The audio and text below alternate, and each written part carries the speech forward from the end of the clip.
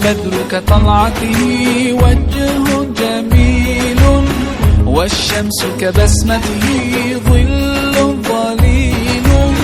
هو عبد الله سيد الخلق ومصطفاه، وحبيب الله خير مبعوث